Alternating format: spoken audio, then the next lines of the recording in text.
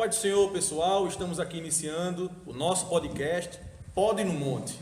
Você também está convidado a participar desse podcast aqui no Monte das Oliveiras, onde nós iniciamos o nosso Momento Bereando, não é isso, Rafael? Isso, pode no monte, só não pode rodar no manto. Que fique claro, não pode rodar no manto. E convidamos você para estudar conosco. E quando tiver Momento Bereando, você vem também estudar conosco, que é muito bom, né, Leandro? Com certeza, vem estudar com a gente, fazer igual, vem. Vem! Em heresia, mas uma coisa é certa, pessoal: heresia é um câncer dentro da igreja, né? E que heresia é essa? Às vezes você pensa No início aqui, a carta originalmente ela é escrita em grego, se eu não estou enganado, né? Aí uma vez perguntaram para um professor o motivo do grego, porque era Império Romano, era para ser latim, porque as cartas estavam todas escritas em grego. Aí eu falei, que pergunta interessante, eu nunca parei para pensar nisso. Porque a gente realmente é o Império Romano, durante todo o período do Evangelho, praticamente, né, de Cristo, é o Império Romano. Então você deduz que o idioma principal é o latim, não o grego. Mas aí o professor lá foi e comentou que o grego era a língua como se fosse dos pobres. E o latim era a língua dos ricos. Então quem era a autoridade naquela época falava o latim, e os pobres falavam o grego. Verdade, já ouvi falar Aí isso. a mensagem de Paulo não é para os ricos, propriamente dito. Aí claro que ele evangelizava também, né, da mesma maneira, mas como as mensagens, a maior parte da população daquela época que estava ali falava grego, ou hebraico, ou aramaico, né, um desses três, então ele se focou mais no grego. Então as cartas a Timóteo tiveram esse mesmo cuidado. Foram todas no grego também, para exatamente facilitar um pouquinho a vida de compreender o pessoal que está ali, né, em volta. Mesmo que haja alguém lá que fale em latim. Mas aí, devido à cultura grega estar muito espalhada naquela região, acho que até quem falava latim sabia o grego. Era o caso do próprio Paulo, né? Sabia o grego e etc. Com outra doutrina. Isso é muito fácil porque o evangelho ele é simples. Vez ou outra aparece uma pessoa querendo inventar a roda. Pessoal, o evangelho não dá para inventar a roda, ele é o mesmo desde o início. Como é que é tentada a heresia? Alguém vai chegar para você, que é piedoso, leva uma vida cristã responsável, aí ele chega na igreja e diz assim: rapaz, é a mesma coisa, você não cansa não de ser a mesma coisa, o evangelho é muito mais do que isso é diabólico. Por quê? Ele quer te tirar de uma situação que você vem preservando em sua vida cristã sendo saudável. O que a gente não pode ser é hipócrita, ter uma vida dupla. Eu sou aqui uma coisa, lá na rua eu sou outra. É isso que a gente não pode. Mas se você tem uma vida de santidade, você precisa preservar essa vida. A gente sempre vai ser tentado. Você está bem obrigado. Aí chega alguém, rapaz, o evangelho não é só isso não. E nós? Será que esse caberia para nós também essa Que novidade? sentido? Não, porque aqui no caso, eles estão saindo do velho, Sim. aprendendo coisas novas, porque estão chegando informações novas para eles. Será que isso aqui causou vício para os cristãos, achar que toda vez tem que ter novidade? Porque para o período do Timóteo era compreensível, porque estava lá os apóstolos, Jesus tinha acabado de morrer e ressuscitar, e a novidade tinha que ser espalhada. A gente diz, deve ter sido daí que surgiu os apócrifos, né? Que muita gente pode citar, Apócrifos, né? né? Eu nunca sei pronunciar esse termo. Trava-língua. É o trava-língua. Aí eu acho que foi daí que surgiu, porque eles tinham uma necessidade de preencher o que eles chamam de lacunas, que eu não vejo lacuna em lugar nenhum, mas para quem escreveu via, né? Mas assim, eu não vejo essa necessidade. Eu acho que a Bíblia é completa, é sucinta, direta, objetiva. Não é, Rafael? O que você acha, Rafael, dessa ideia? Isso. Não é só para complementar também a informação. Tem uma passagem que fala, mesmo que um anjo vos entregue outro evangelho. Verdade. E Paulo ele fala que seja anátema. E quando ele usa esse termo anátema, que vem do grego, significa maldição. Então, às vezes a gente vê outras religiões, outras igrejas com livros, pseudo-livros, né, com outro evangelho de Jesus Cristo. A gente não vai citar que igrejas são essas por uma questão ética, né, para não expor. Teve muitos outros evangelhos, né, que não são canônicos, muitos outros. De Justamente. Estevão, se eu não me engano. E quando a gente tem uma questão da heresia, a heresia ela nunca vem algo absurdo. Ele vai pegar uma coisa que é verdade e vai camuflar com uma coisa que seja absurda. Então, ele vai começar com um sapatinho de lã. Ele vai começar... Sapatinho de lã foi ótimo. É igual jogar bola pra cachorro, né? Você bota dentro da carne ali o veneno e mata. Nossa, irmão mozinho. A heresia é isso. A heresia é isso. Que é isso, Barão do Veneno? O irmão do veneno. Barão Venenudo. Heresia Quando você quer matar, você traz a aparência de bom, mas dentro só que vai matar. Ah, com certeza. É desse jeito. Acho que tá brincando, tá, gente? Não tô mandando ninguém matar seu pé. Só finalizando a parte da falsa doutrina, né? A gente tem que ter cuidado, como a gente tinha dito, acabado de falar, né? É sapatinho de lã. Então, se a gente não tiver cuidado, a doutrina chega na igreja, a gente vê até piadas na internet associando movimentos estranhos com religiões diferentes também. Às vezes a gente vê pessoas rodando, pulando, parece até o Roda-Roda Jequiti. E a gente vê pessoal falando, não, é a candomblé, não sei o quê. Candomblé, essa aí é nova pra mim, viu? Essa eu já ouvi. Eu não ouvi, não. Aí acaba muita coisa que não faz parte do nosso hábito, não faz parte da nossa liturgia, não faz parte dos nossos usos e costumes, adentrando por doutrinas falsas. E é justamente isso que a gente deve combater e que o apóstolo Paulo incentiva também o Timóteo, né? Sim. Não faz parte da doutrina, do costume, nem do evangelho, nem da Bíblia. Os polêmicos, né? Mais na frente, do posicionamento da mulher na igreja. Muitos dizem que a gente não tem lugar de fala para falar sobre isso, né? Vamos discutir sobre isso, tá certo? Na verdade, eu acho muito interessante a respeito disso, porque muita gente diz que, não, eu prefiro não orar por tal pessoa, na verdade eu quero que ela... Né? Isso. As pessoas desejam assim, num nível tão extremo, que desejam que alguma autoridade realmente saia de lá. Tudo bem que você deseja que aquela autoridade saia do seu poder, né? Mas agora você sentir um ódio no seu coração por aquilo, eu acho que já é demasiado. Porque se a palavra de Deus diz que devemos orar pelas nossas autoridades, é porque Paulo, ele orienta Timóteo justamente pelo fato de que se nós orarmos pelas autoridades, nós vamos ter uma vida mais calma, mais plena, naquele lugar que estamos, né? Isso. A gente também tem que fazer uma diferenciação no que diz respeito à Bíblia, a dois termos diferentes. A gente tem o que é permissão de Deus, o que é vontade de Deus. Verdade. Às vezes uma autoridade está ali não pela vontade de Deus, mas pela permissão de Deus. E às vezes Deus coloca uma autoridade para ensinar algo ao seu povo. Eu acredito. Quantos reis iníquos não subiram ao trono para justamente naqueles momentos de apostasia, naqueles momentos de desobediência, para que ensinasse alguma coisa ao povo de Deus, trouxesse alguma lição valiosa. Você vê, por exemplo, a subida de Acabe, que foi extremamente prejudicial e extremamente no momento da apostasia, onde só o profeta de Deus sobreviveu. Tinha vários profetas, só um não se rendeu aos caprichos de Jezabel. Então você vê que, às vezes, Deus permite que uma autoridade que não seja de acordo com os padrões celestiais suba ao poder para ensinar uma lição justamente ao povo de Deus. Eu gosto muito de usar a Bíblia Pentecostal. É uma das Bíblias que eu tenho por referência. Logicamente que hoje em dia a gente tem ótimas Bíblias na CPAD, na Casa Publicadora de Assembleia de Deus. Propaganda. Como, por exemplo... Patrocina a gente. Aqui tem a Shed também e James Wega. Justamente. Cadê a King James?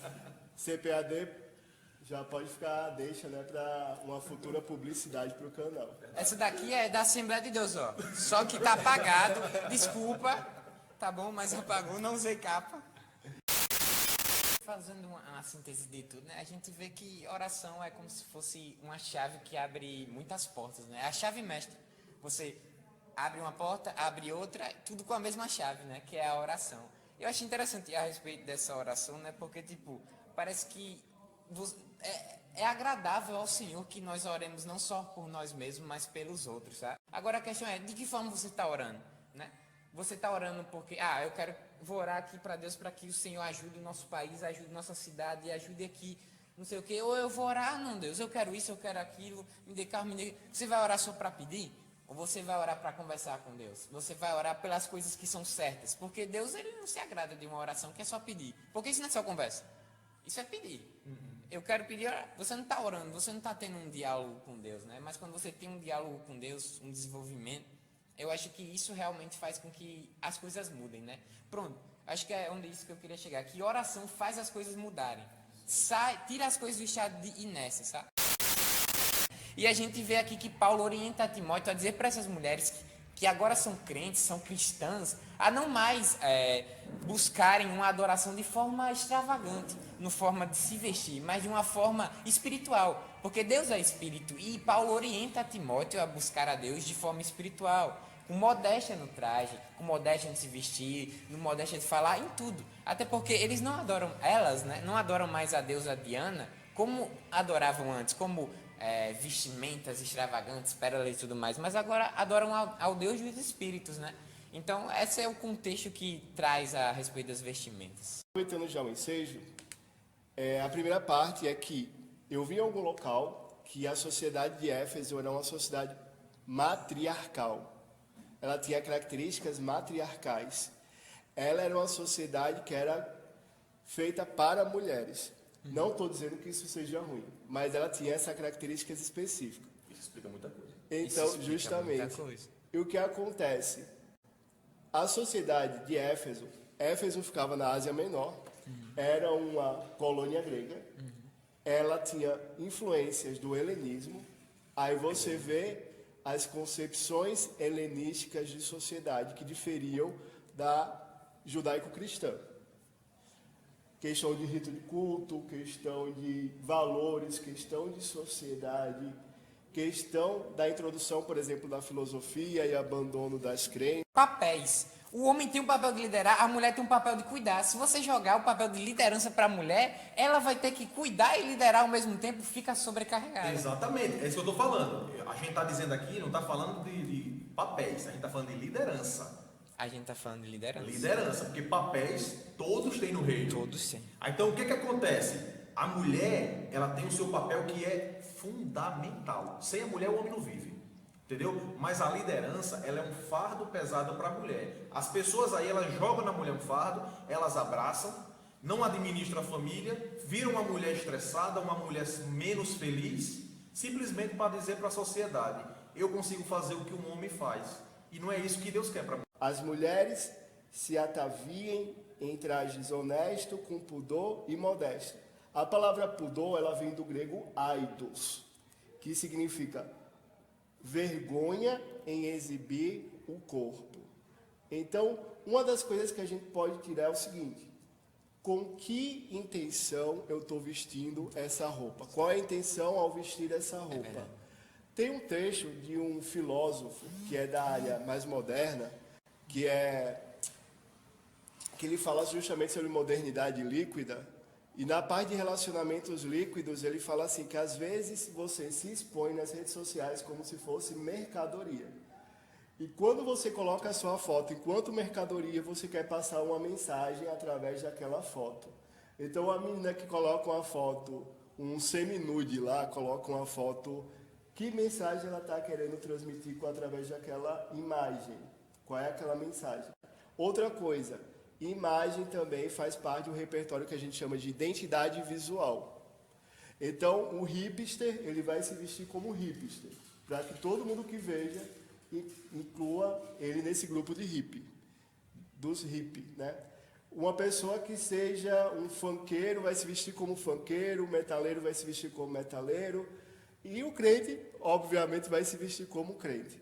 Então, faz parte, quando ele frisa bem essa questão de traje honesto, com pudor e modesta, a questão das tranças tem a ver com idolatria, porque fazia parte do rito que o irmão falou com Diana. A primeira coisa é que tanto homem quanto mulher são igualmente preciosos para Deus. Isso. E eu tenho como referência o texto que está em Gálatas, capítulo 3, versículo 27 e 28, para vocês lerem em casa. Depois, tem um trecho que tem no rodapé da Bíblia Pentecostal que eu acho bem interessante, que ele fala o seguinte: a parte do capítulo 2, do 12 ao 15, mostra que não é permitido na igreja a mulher ensinar de modo normativo, primeiro, Segundo, diretivo. E terceiro, terminante. Essas 3 características de termos de ensino: normativo, diretivo e terminante. Como faz o dirigente da congregação. Entretanto, isso não quer dizer que é proibido a mulher cristã ensinar a homens individualmente, como, por exemplo, ele traz aqui a referência de Atos, capítulo 18, versículo 26. Profetizar no culto da igreja sobre o impulso direto do Espírito Santo, conforme 1 Coríntios, capítulo 11, versículos 5 e 6, versículo 12 e versículo 10. Ensinar na igreja a outras mulheres, inclusive aos jovens, de acordo com Tito, capítulo 2, versículo do 3 ao 5. 2 Timóteo, capítulo 1, versículo 5. Evangelizar em sua casa, instruindo os homens e mulheres nos caminhos do Senhor, conforme Atos, capítulo 16, versículo 14 ao 40. Então você vê que a mulher ela pode sim ter a parte de ensino. Quando ela fala que não deve ensinar na igreja, porque o papel de doutrinação deve ser do pastor. Helenística é a parte da cultura grega, né? Após Alexandre, Isso. o Grande. Né? Porque você tem a sociedade grega, depois vem o resgate da sociedade, dos valores gregos pela sociedade helenística, que é a macedônica. A macedônica, Alexandre o Grande. Isso. Aí você tem uma sociedade que está um pouco deturpada, uma sociedade, não estou dizendo, para também não distorcerem minha fala, que uma mulher estando na liderança vai ter uma situação de conflito, uma situação, mas assim, a sociedade, a mulher tinha mais vez, mais fala. Era uma sociedade que era governada por mulheres. No terceiro capítulo, né? Que inclusive a gente se depara às vezes com assuntos dos irmãos falando que eu quero ser pastor, aí os irmãos chegam e falam, nossa, mas isso aí é querer muita coisa, você não devia procurar isso, porque isso aí é um chamado. Pelo contrário, no início daqui do capítulo, Paulo já fala, se alguém deseja o episcopado, boa obra deseja. Então não é errado você querer seguir uma obra de ministério ou de liderança, né? E a gente se depara hoje em dia, infelizmente, com a escolha de forma errônea de pessoas para a liderança, porque a gente acaba invertendo os princípios que a Bíblia traz, que é escolher a pessoa pela habilidade. Mas como eu estava comentando aqui antes de começar a gravação, quando a gente pega as orientações diretas, tira o que está se repetindo e vê as orientações explícitas, a gente tem 16 orientações diretas, que 15 é de caráter e uma é de habilidade, que é apto para ensinar. E hoje em dia a gente vê líderes sendo mandados para estudar teologia por anos, para ser apto a ensinar, mas na verdade às vezes não tem uma aula ou uma orientação de caráter, né? Aí a gente acaba, infelizmente, vendo muitos escândalos e às vezes esses líderes nem lidar com esses escândalos sabem que a Bíblia orienta, né? Tem que recuar, se acertar com Deus e enfim voltar para o ministério, né? Né? Quanto maior o ministério, maior a carga. Maior a carga. Porque a pessoa esquece às vezes desse detalhe, né? A pessoa vê o cargo, mas se esquece da responsabilidade que o cargo tem. Né? O cargo tem carga, é uma carga que você tem que levar, irmão. E não é passando a mão, assim, em possíveis erros que tenha em volta disso, mas é uma verdade. Se o cara ali é pastor, ele paga uma etapa de carga ali dobrada. E eu vou dizer uma coisa pra você. Eu não sei por que o povo, sinceramente, só vale a pena você sonhar ser pastor se for chamado. Pessoal, porque ser pastor, sem o chamado de Deus, o pastor, humanamente falando, gente, não tem vantagem nenhuma. Não. A única vantagem de você ser pastor é porque você é um homem usado por Deus, chamado por Deus, abençoado por Deus, mas tem gente procurando o pastorado como se fosse uma coisa confortável. É como se fosse um emprego. E ele não vai ser pastor. Essas pessoas que buscam o pastorado, a liderança, sem o valor, ele não vai ser um pastor. Você está entendendo? Porque o pastor, ele chora pelas ovelhas. Por exemplo, eu tinha um testemunho de um presbítero, isso numa assembleia lá no Rio, e esse presbítero, ele está no cargo e não sabe ler, gente. Isso é verdade. Mas ele não sabe ler mesmo, não. Ele conhece a Bíblia pelo que ele ouve. Aí eu falei, meu Deus, por que o ministério botou um presbítero que não sabe? Eu fiquei pensando ao nível crítico, irmão, que horror. Na hora eu fiz essa crítica, mas é uma crítica natural que a gente faria, né? Eu falei, mas por que o ministério escolheu esse homem sem saber ler para ser o presbítero? Tudo bem que ele é um auxiliar e tal, ajudando o pastor principal, mas é o presbítero. Quando esse homem abriu a boca no púlpito, eu me calei. O nível de conhecimento dele era absurdo em relação ao nível da Bíblia. Ele não lê, irmão. Me explique isso. Aí eu falei assim, é o chamado. Não tem explicação aquilo ali. É o chamado. Eu fiquei ali admirado, ouvindo ele falando. E ele ainda não sabe ler. Não Porque sabe tem ler. gente que só sabe que aprendeu a ler na Bíblia. Eu fiquei assim chocado. Eu falei, é Deus. Porque não tem uma explicação para isso não. Exatamente. Porque esse homem conhece a Bíblia de cor salteado, do texto todinho. Assim, e fala com uma clareza, com uma pessoa Como se ela estivesse lendo. É, como se estivesse lendo, irmão. Ele diz as referências, fala, irmão, ele fala isso antes das pregações. Irmão, vocês sabem, né, que eu não leio, mas os irmãos abram aí a Bíblia, tal. A igreja sabe, né? Ele vai, e ele vai falando o que está no texto. E que bom que você aprendeu a lição, Aí eu porque tem falei- gente que não aprende, né? Eu fiquei assim, fiquei em choque, porque aquilo ali pra mim era completamente fora da curva, né? Mas aí o meu pastor falou, ele falou, gente, entender é o assim que A diferença Deus do chamado e trabalha. de querer É fazer. assim que Deus trabalha, exatamente. Teve um pastor anterior ao nosso, ele queria conhecer todas as classes. Eu falei, eu apertei a mão, boa sorte. Aí ele disse, por que você está dizendo isso, irmão? Qual é a sua? Eu falei, irmão, porque você é pastor da igreja, então assim, você conhecer cada classe da escola dominical, você tem que ter tempo, viu? É verdade, é verdade. Porque você Assim, tem que se dedicar aqui, ele você pode- tem que não. estudar e tudo. Ele falou, não, mas Ah, eu tá. dou um jeito, ele pode dar uma visitadinha, né? Assim, vamos dizer Ele assim. deu aula em todas as salas. Ah, tá. Ele deu aula do departamento infantil, mocidade, novos convertidos. Só não deu para senhoras. Quem ficou com as senhoras foi a esposa dele. Mas todas as outras classes ele passou. Ele falou, eu faço questão, eu quero conhecer as pessoas ao qual Ele você quer é pastor. sentir cada turma, cada Né? turma. Aí foi, então, siga aí. Mas os outros que estavam com ele, que é o que você falou antes, presbíteros, diáconos, ó, Estavam- irmãos, por favor, suporte aqui, ó. Sim. Eu tô naquela classe hoje nas crianças lá, alguém vai ter que cuidar lá dos novos convertidos, que geralmente é onde o pastor fica, né? Ou na classe dos varões, dos obreiros, então ele foi delegando. E o pastor não tem a obrigação também de ser o professor da EBD. Ele pode ir para a EBD para assistir a Sim. a Ele foi lição. porque ele queria conhecer cada classezinha. Porque tem pastor que ele gosta muito de ensinar também, é o que ele mais gosta. Mas é lógico que o pastor está lá também para ensinar. Mas a minha surpresa foi ele com as crianças. Nunca imaginei isso, nunca. Foi a primeira vez que eu vi um pastor ensinando departamento infantil em anos. Mas é bom. É isso, Aí isso eu é muito falei assim, importante. mas isso é importante, porque eu quero conhecer todo mundo. Eu tenho que entender como é que funciona toda a igreja. Eu não adianta conhecer só quem está ali do meu lado, eu quero conhecer todo mundo. E essas pessoas têm que conhecer também o seu pastor. Que é outro problema, porque muitas vezes as pessoas estão na igreja e não sabem nem quem é o pastor da sua igreja. Não conhece, então, você sabe do que está em cima do púlpito, da figura que figura. ele tem lá em cima. Né? Mas não conhece a pessoa de fato. Você só conhece a pessoa convivendo com ela.